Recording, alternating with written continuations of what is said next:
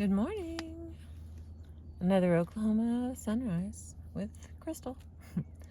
We're going to continue. I'm reading to you again from the Western Women's Reader with stories spanning 300 years. Thank you for being with me. The birds are out fishing this morning. The mist is rising, and it's peaceful. Wish you were here. Today's the last day for Walnut Creek to be open. If you get a chance to make a drive, it is absolutely beautiful and my number one favorite place in Oklahoma. Okay, I continue. Linda Hasselstrom, Hasselsestrom.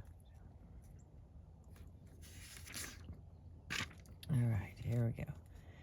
Whew.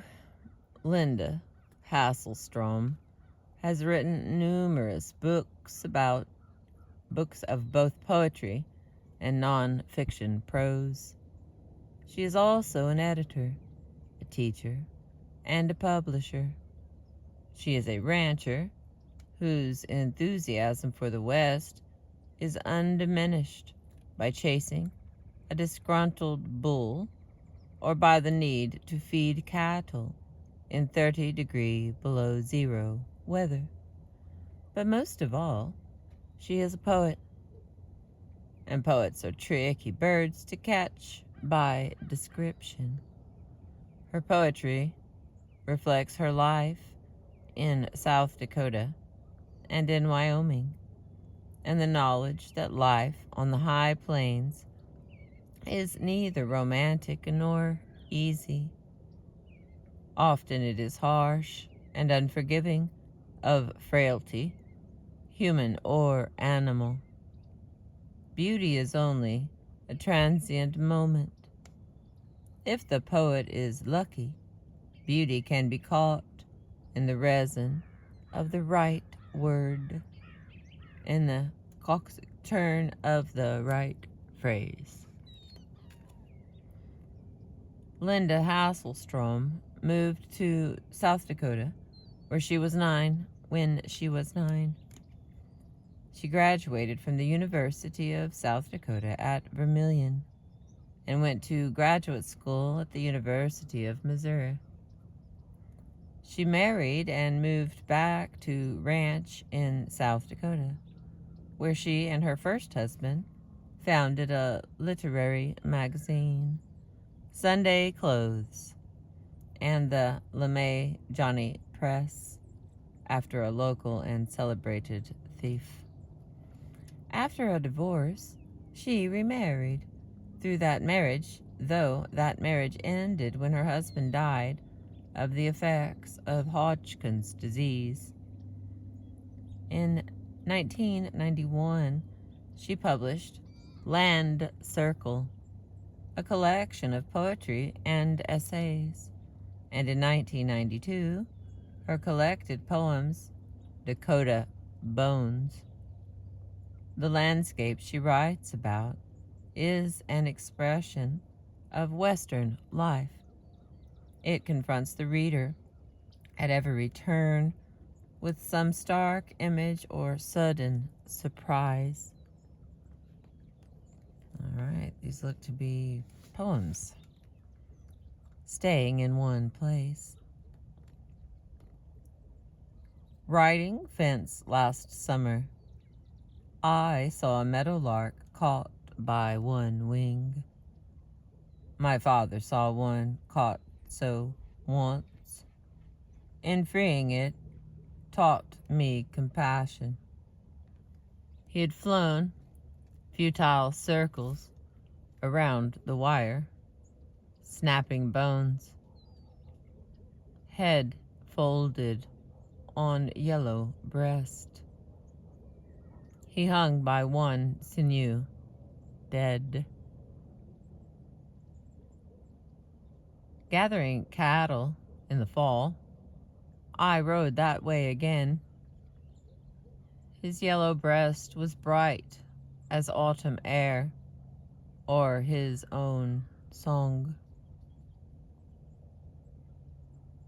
I'm snowed in now, only a path from the house to the cows in the corral.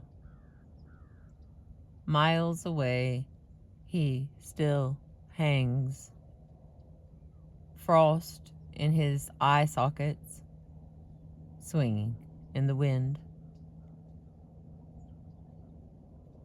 I lie heavy in my bed, alone, turning, seeing the house layered in drifts of snow. The dust and the years and the scraps of empty paper. He should be light, bone and snowflake light. All right, and the next one is titled Bone, and it is for Georgia O'Keeffe. Okay, I'm going to go O'Keeffe, but it's an O and an apostrophe and a K, and then 2 E's, and then 2 F's, and then another E. For those of you who are concerned with that. Here we go. Bone. Oh, great. I am a saguaro, ribs thrust gray against blue hot sky. I am a polished jawbone, teeth white against the grass. I have become all that I see, an elegant bone, gnawed clean, leaving only bone, the end. Bone, the beginning. Bone, the skyline mountain. All right, and the next one is titled Spring. Spring is here. The first skunk lies dead at the highway's rim, white fur still bright, nose stained with one drop of blood. Calf born dead yesterday was found by coyotes in the night. Only the head and one front foot remain. The cat preens in a pile of meadowlark feathers. A blue jay is eating baby robins. The hens caught a mouse in their corn this morning, pecked it to shrieking shreds. It's spring, time to kill the kittens. Their mewing blends with the meadowlark song. I tried drowning them once. It was slow, painful. Now I bash each with a wrench, once hard. Each death makes a dull sound, going deep in the ground without reverberations. And the next one has sections with Roman numerals. Seasons in South Dakota. It's for Rodney, who asked. 1. Dirty snow left in the gullies. Pale green spread overnight on the hills. Mark spring. Taking corn to the hens, I hear a waterfall of red-winged blackbird song. When I open the windows to the raucous mating, I let in something else as well. Soon I'll pace the hills under the moon. And part 2. Watching struggling heifers birth, greasing the tractor, I may miss summer. Like spring, it bursts open. Blooming hay demands the mower. All day I ride the tractor, isolated by roar. It's time to turn the bulls out. To the cows, check leaning fences. Even in summer nights sweat. I hate to sleep alone. When I am too tired to care, I still hear the larks, feel the cold flow in each window at dawn. Part 3. Autumn whistles in some days when I'm riding the gray gelding, bringing in fat calves for sale. The air quick chills, grass turns brown. Last fall I found 2 gray hares. Just as quick, winter came. I was hurrying to pile fresh wood from the one-woman cross-cut saw when the first flakes crowded the sky. And the last one, part 4. The last one for this poem. Despite the feeding, pitching hay to black cows with frost-rimmed eyes, cutting ice on the dam under the eyes of sky and one antelope. There's still time to sit before the fire, curse the dead cold outside, the other empty chair. All right, the next one is titled Grandmother. I always see her hands first, turning the handle of the Foley food mill. The veins are knotted over old bones. Spicy tomato steam rises around her white hair. A worn gold ring turns on her finger, but never will slide off over the knuckle. Solid as a young woman, she grew thin, forgot our names. Hands that fed 4 daughters lay still. She left us little, brown, unlabeled pictures, a dozen crocheted afghans, piles of patched jeans. In the cellar, crowded shelves bear jars of beans, peas, corn, meat. Labels like white, silent mouths open and close in the dark. And the next one is Memorial Day. I'm on the hill above the town with buffalo grass and graves. Nothing else grows here. These thrive deep-rooted, pulling some thin life from the thick clay soil. Propriety demands the sod turn once a year above these ancestors. They're just bones to me. I'd rather let buffalo grass grow. There's alfalfa on Charlie Hasselstrom's mound. He'd like that, says my father, his son. He worked all his life to grow the stuff. Mow it, stack it, feed it to his cows. Worried about it getting hailed out, burned out, eaten up by grasshoppers. Now I have to turn under 6 plants that volunteered for him. Dust blooms below the hill.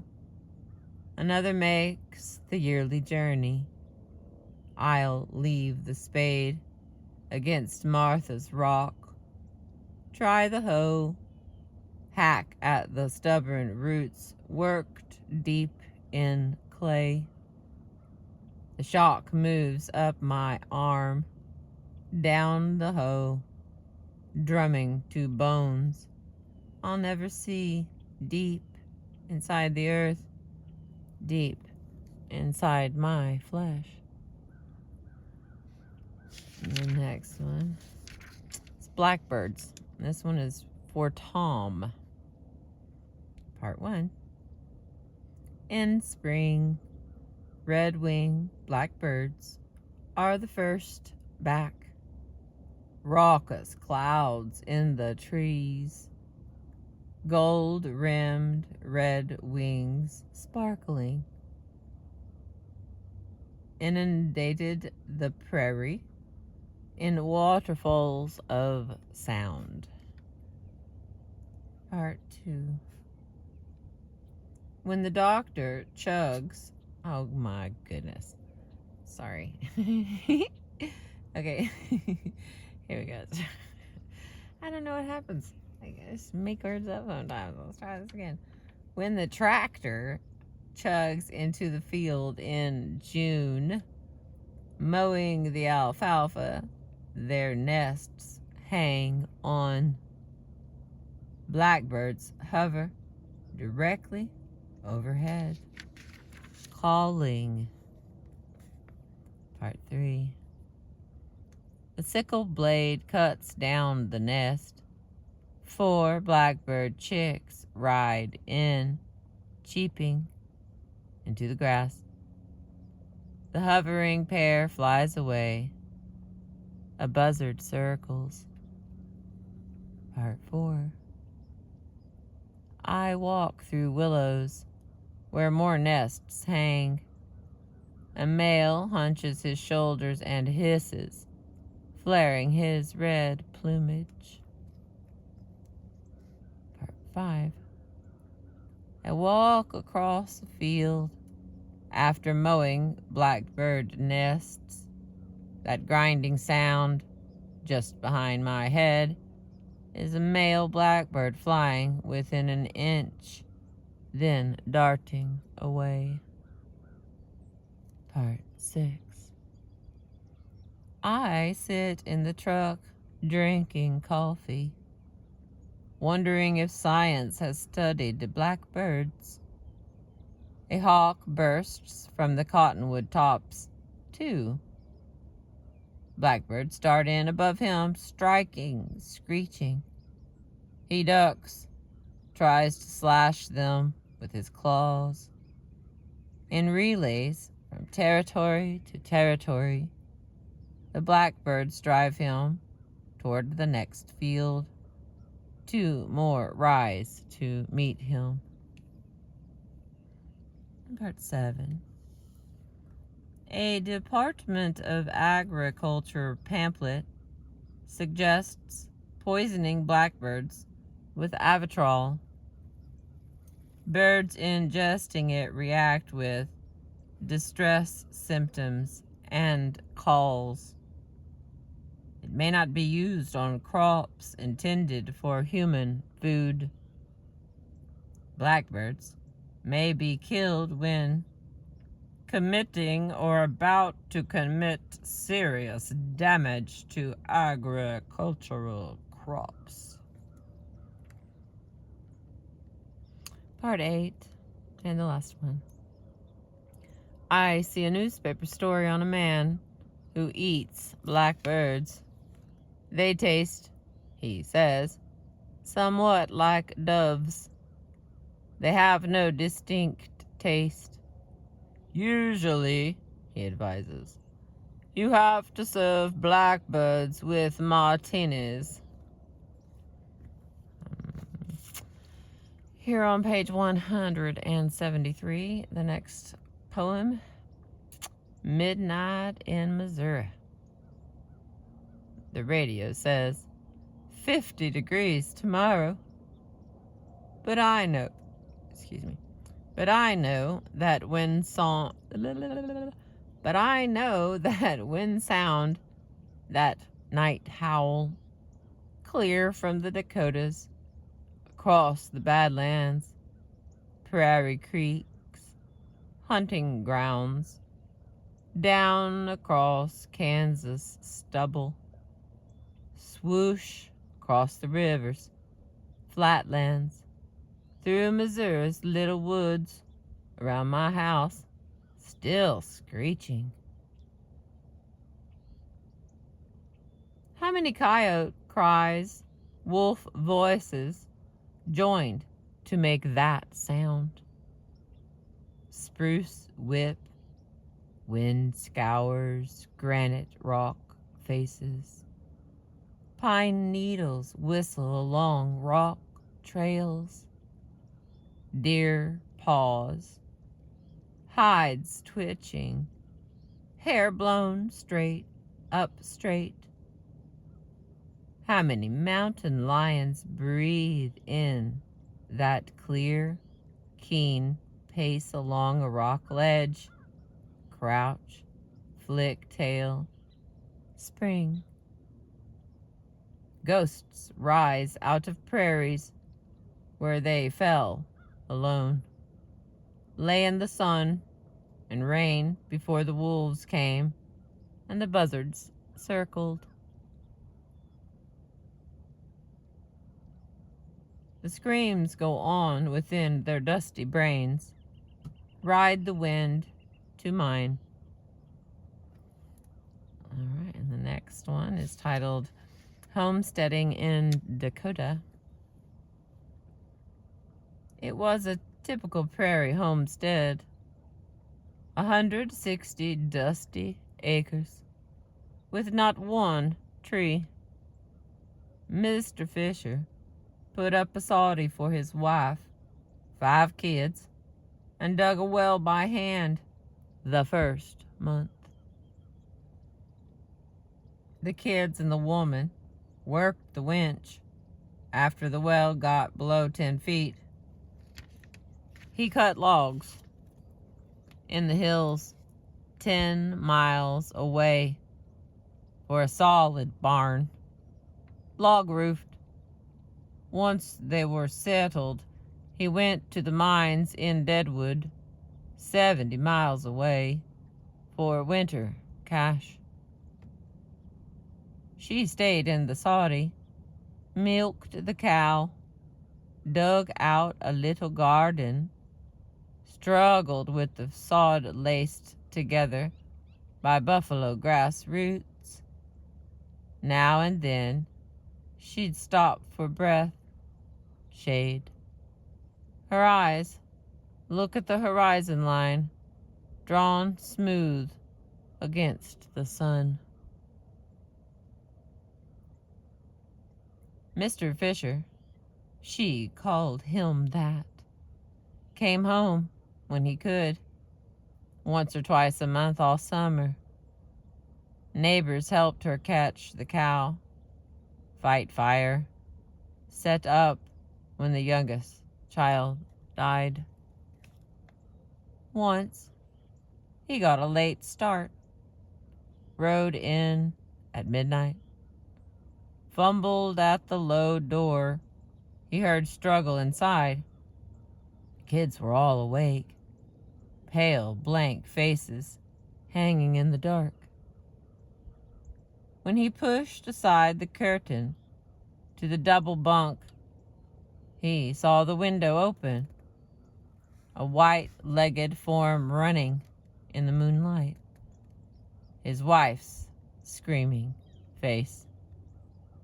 He shot once out the window, missed, shot her, and didn't. The neighbors said Black Douglas, on the next claim, walked for a month like he had cactus in his feet. The kids grew up wild as coyotes. He never went to trial. He had done the best he could. Not his fault the dark spoiled his aim the first time.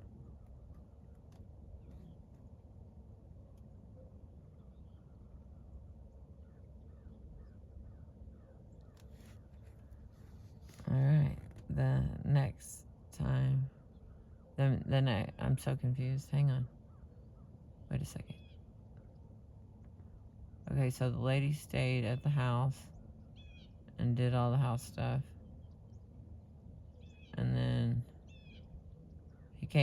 Mr. Fisher came home when he could, once or twice a month all summer. And the neighbors helped her catch the cow, fight fires set up when the youngest child died. And then here we go. Once, he got a late start, rode in at midnight, fumbling at the low door. He heard struggle inside. The kids were all awake, pale, blank faces hanging in the dark. When he pushed aside the curtain to the double bunk, he saw the window open, a white-legged form running in the moonlight, his wife's screaming face. He shot once out the window, missed, shot her, and didn't. The neighbors said Black Douglas, on the next claim, walked for a month like he had cactus in his feet. The kids grew up wild as coyotes. He never went to trial. He'd done the best he could. Not his fault the dark spoiled his aim the first time. Aha. Okay. Ding, ding, ding, ding. That makes more sense. I have to listen to these back to like catch everything because I'm focused on getting the words, as right as I can. And I can't like absorb the information the same until I hear it back. So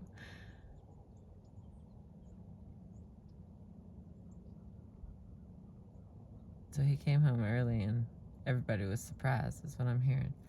All right, on to the next one. I didn't count pages this time, friends, but there's at least a dozen more. Here we go. Stay with me. John Newhart.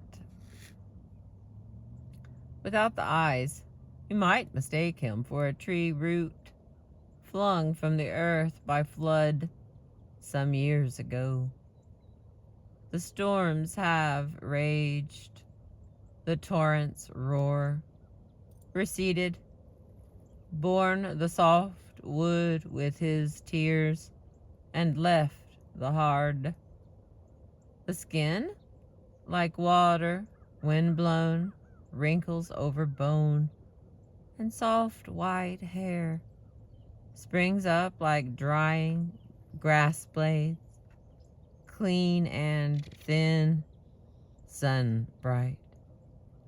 The nostrils, like a spearhead, flare, cracked lips like rivulets, in bark close tight.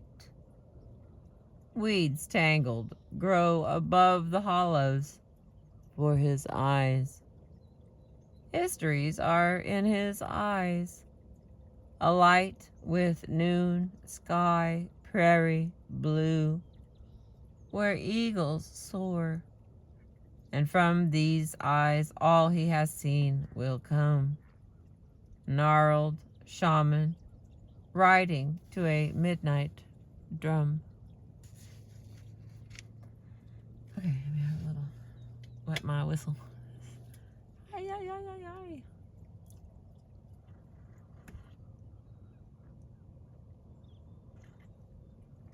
I was listening to the puppy drink a bunch of water, made me thirsty.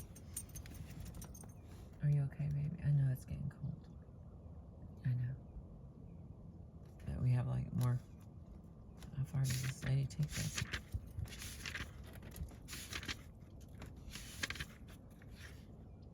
Oh my god. It's gonna be okay. It doesn't matter how many pages are left. I'm gonna read them. Now or later. On to the next one here on page 175. The Buffalo at Midnight. I prefer midnight walks. There is less to see. All matter casts its forward shadow. Walking in the dark, under the trees, I tired. The ground was damp. A large, dark rock lay by the path. I'll sit on that. I sat. The rock snorted, shook himself, became a buffalo. Somewhat out of breath, 200 yards away, I paused to reconsider. A buffalo may weigh a ton, stand 6 foot at the shoulder, be 9 feet long, covered with coarse brown hair, smell like a ton of angry meat, mane heavy with night. He lies beside the path, moonlight on the blades of his horns. Whenever I walk now, I become a nerve end, seeking the shape of whatever lies ahead. Sometimes, like birds twittering towards sleep, signals are faint, but I know the buffalo waits. All right, and the next one is Elegy on a Dead Cow. She hunched her back against the north wind, searched out a little grass every winter. She tried to get up one last time, meet it on her feet. Legs tucked under her, she lies dead in thigh-deep mud. Her brown, bucolic eye is glazed, her hip bones draped with shrinking hide, her sides mud-smeared where we worked to lift her free. She was too weak, finally, to pull herself out of the muck. Her lower teeth were gone. She didn't get enough of the feed we've pitched for 60 days of unremitting snow and wind. 15 springs, she's birthed a calf, licked him to life, lifting him clear of the grass with her rough tongue. 15 hot June days, she's marched to summer pasture, the calf's head against her side, grazed, fed her calf, protected him and brought him home to sell in fall, growing another in her womb. Now she's a problem. Now she's a problem. She never was in life. Stuck in mud too deep for any truck and frozen solid. We find 30 feet of log chain, drag her to the boneyard to join her sisters. Coyotes will feast tonight, howling her praises. We shake our heads and give her funeral oration, summing up 17 cold winters, 17 springs. She was a good old cow. All right, and the next one, calving time. A living calf, instructed by mother and instinct, hides like a rabbit behind 2 blades of grass, eyes royal as I walk past. But he knows he's safe from me and from the coyotes. He's invisible from a distance. He is a rock, bush, a yucca plant. He's part of the wilderness, part of the earth. A dead calf needs no disguises. He's alone, exposed, no options. Stark black on red in melting snow and greening grass. His eyes are dusty. His mother waits a while, moves off to graze. He's part of the wilderness, becoming rock, bush, yucca plant, becoming earth. And the next one, saying goodbye. Saying goodbye takes a long time. I've made fruitcakes for everyone I know. Shirts for men I don't care much about, but none for you. Crocheted potholders, baked bread, donuts, fed the birds, dipped candles, mended jeans, darned socks, cleaned house twice. I say, you weren't gentle enough. Never touched my hand, just in passing. Smoothed my hair. Perhaps the next man, there's always another man, will.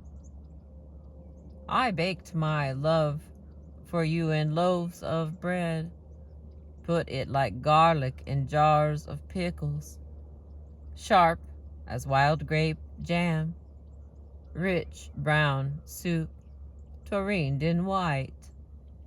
I thought there would be more. Mounds of clean blue shirts, morning coffee, supper waiting on the oak table by the west windows.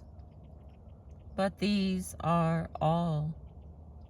That bread, those jars, like silent mouths opening, closing in the still dark cellar.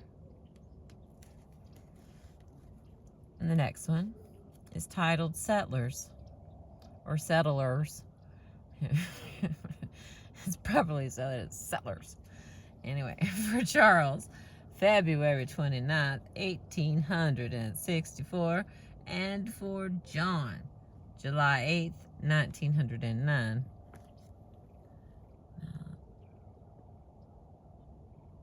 Looks there.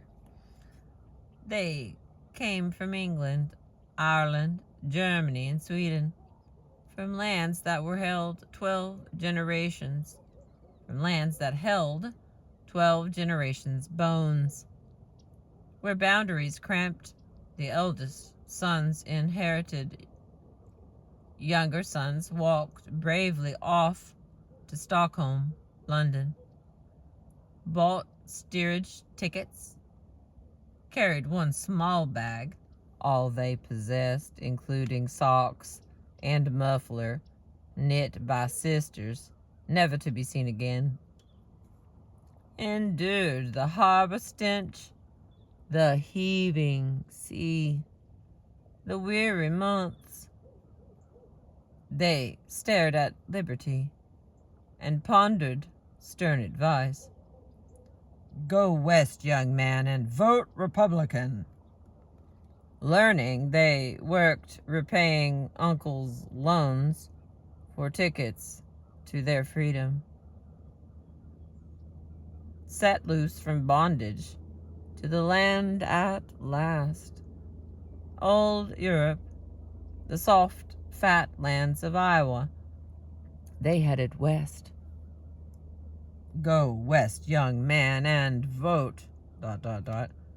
No voting yet, only struggling 6-horse teams that dragged reluctant wagons past the Badlands to the hills, claims selected with memories of boundary cramped of land that held the bones of generations.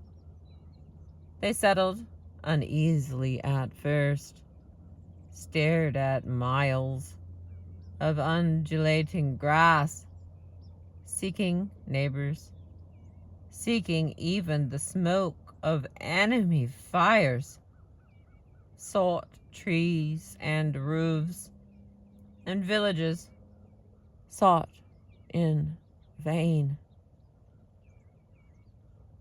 One by one, the earth touched them. They touched the earth, stretched to crumble clods, to smell the soil. They met the land, made it their neighbor, friend, respected enemy, partner, brother, father, wife. A home, a land to hold the generations' bones. And the next one is coring apples. Today I'm preparing apples for the freezer. Ones my mother picked off the ground around a neighbor's tree. "Too good to waste," she said, handing me a bucket full. I've got a hand-cranked machine that peels, cores, and slices in one swift turn. Peels spiral down on the tabletop. Juice drips. Sweet red slices fall into the bowl. Mother tried it once. Says it wastes too much. She prefers bending over the sink for hours, carefully paring. I've done 50 pounds in an hour or so. She'll be days finishing hers. I'll go on to other jobs. Daughters always go on to other things. Probably she knows that.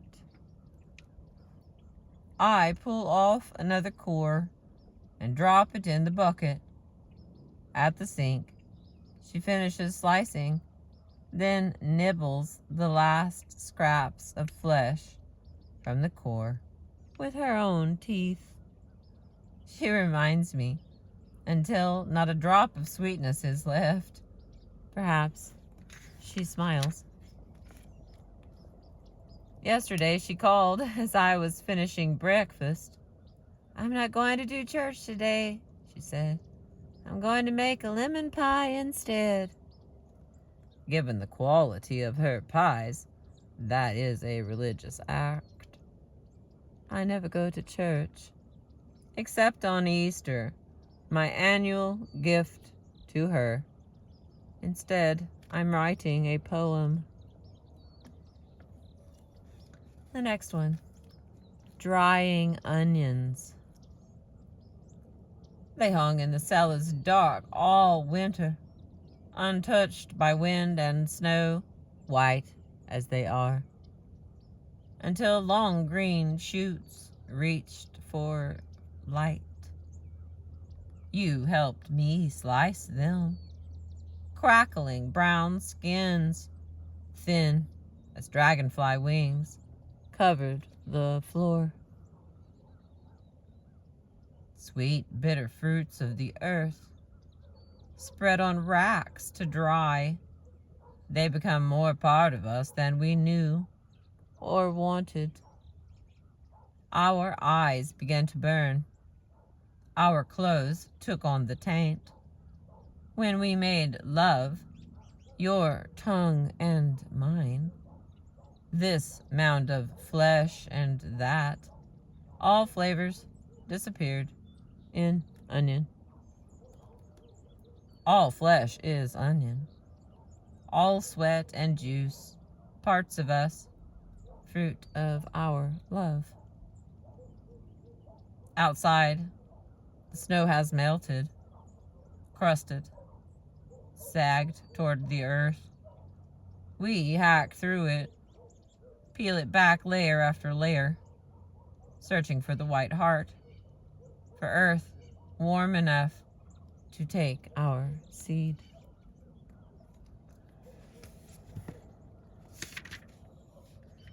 All right, just a couple pages left.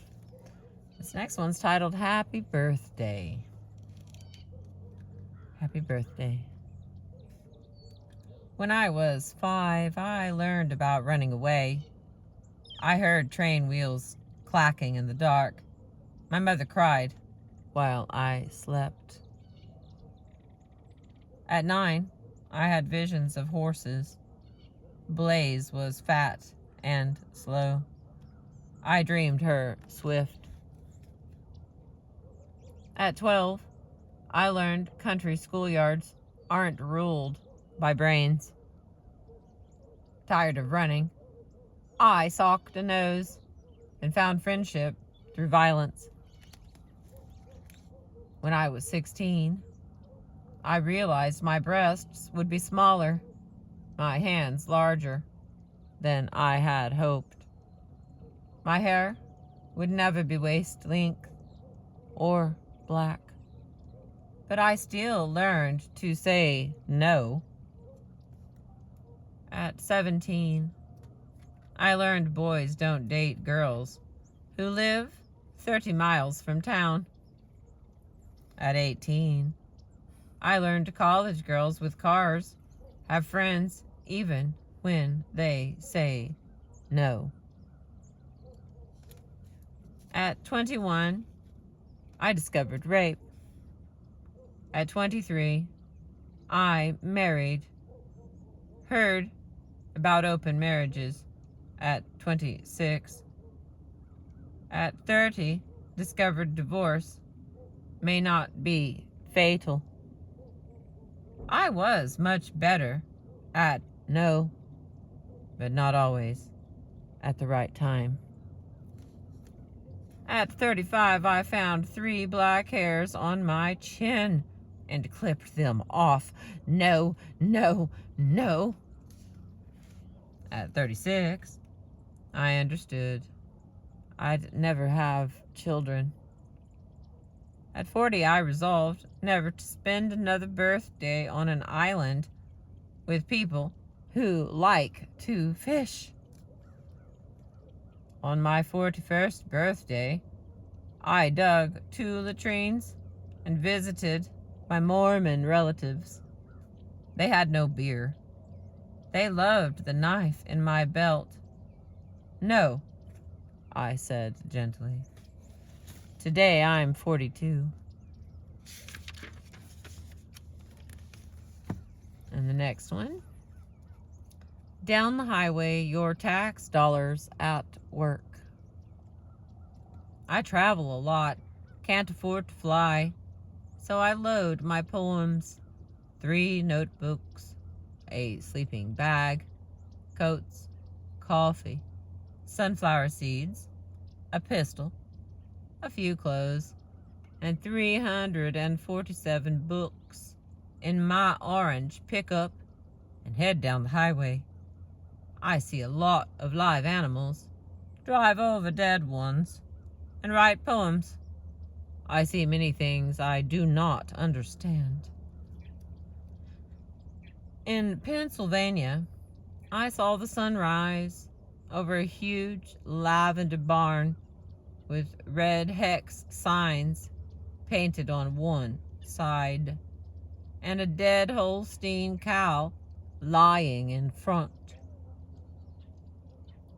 In Rapid City, South Dakota, I saw a militant Indian leader, often photographed with a rifle, jogging along the highway in a black and silver jumpsuit. His braids and bear claw necklace flopped from shoulder to silver shoulder. Near Custer, South Dakota, I saw a red Corvette. backed into a turnoff at dawn. On the other side of the fence, in a warm half circle, lay 6 Hereford cows, chewing their cud, batting their long eyelashes, hoping it would wake up. In a rest area in Montana, I saw, scrawled on the bathroom wall, September 15th, 1982, Charlie with a kilo of Panama gold. And September 16th, Charlie, which way are you going? Question mark. One sunset, I rounded a bend on a gravel road in western South Dakota and saw a dinosaur knee-deep in alfalfa, head raised. Usually, signs announced concrete dinosaurs in this state, but none appeared. I speeded up, just in case. In Columbia, Missouri, I saw a lumber wagon pulled by an ancient mule, driven by a gnarled black Methuselah. I swerved, slowed. No other driver even glanced his way, causing me to wonder, maybe no one sees any of these sights but me.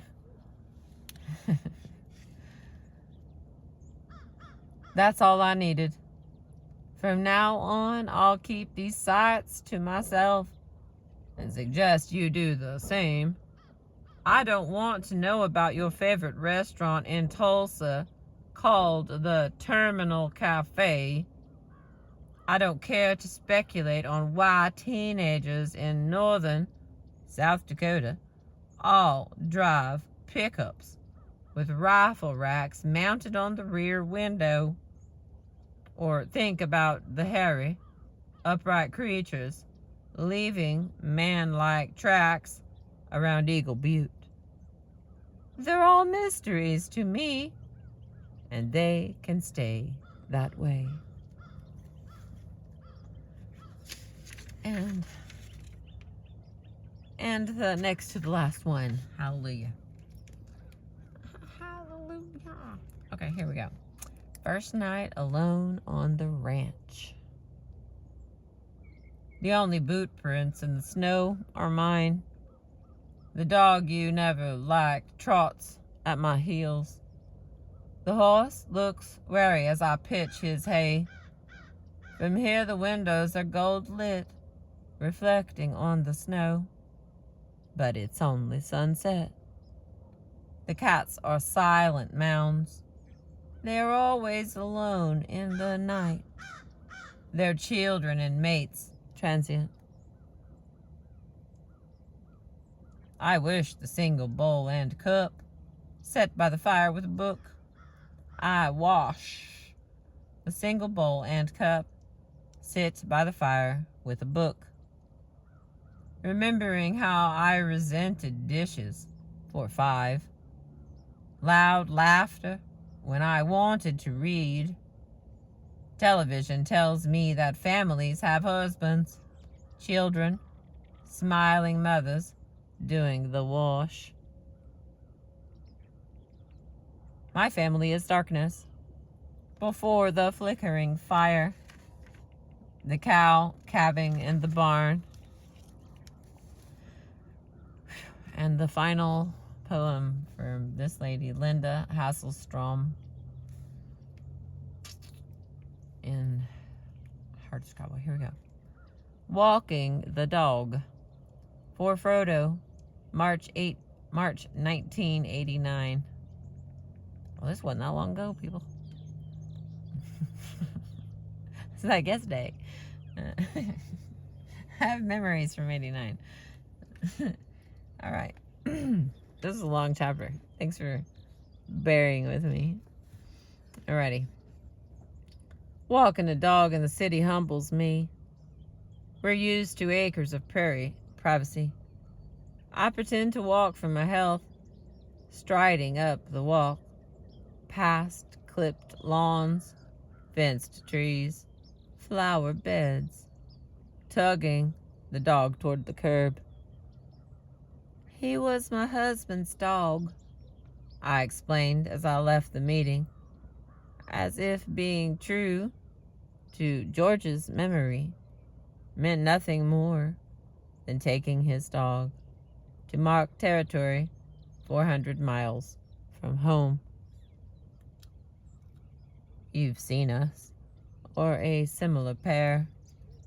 The human studies the sky, historical plaques, treetops, apparently unaware of and not responsible for what the dog at the other end of the leash is doing. The dog plays his part, stares at bicycles, challenges windowed cats, barks at children on a merry-go-round. He lifts his leg as a cardinal might lift a hand over a crowd of pilgrims, with immense dignity, a modicum of grace, and an expression of concentrated rectitude. He's a short dog, but his eyes focus on higher things. The heavens, the flying squirrels, which he and I believe to be ghosts of those caught by larger dogs, whose mark he senses when he stands beside a tree.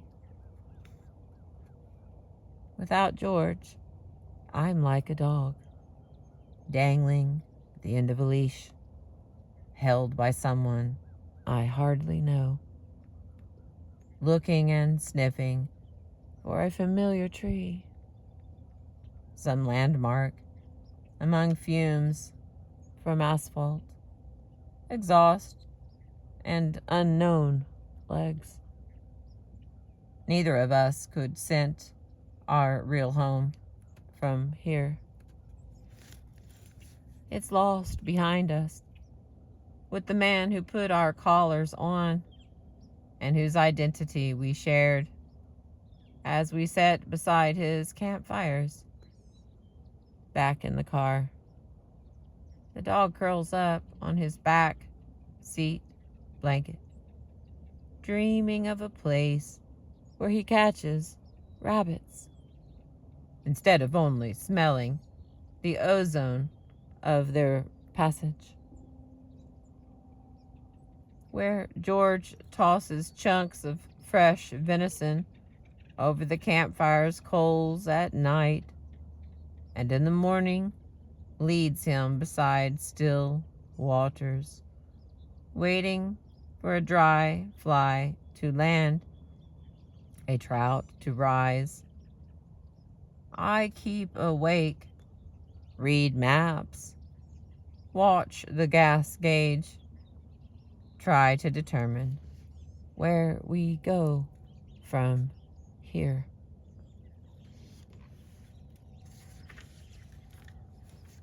Wow.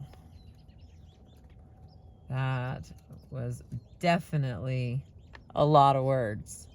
And that was a lot of English words, and they were all in a row.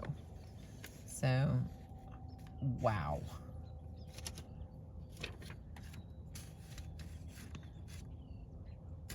Oh, goodness gracious. I kind of wish I could read more. That was pretty good. Thank you for being with me. I appreciate you.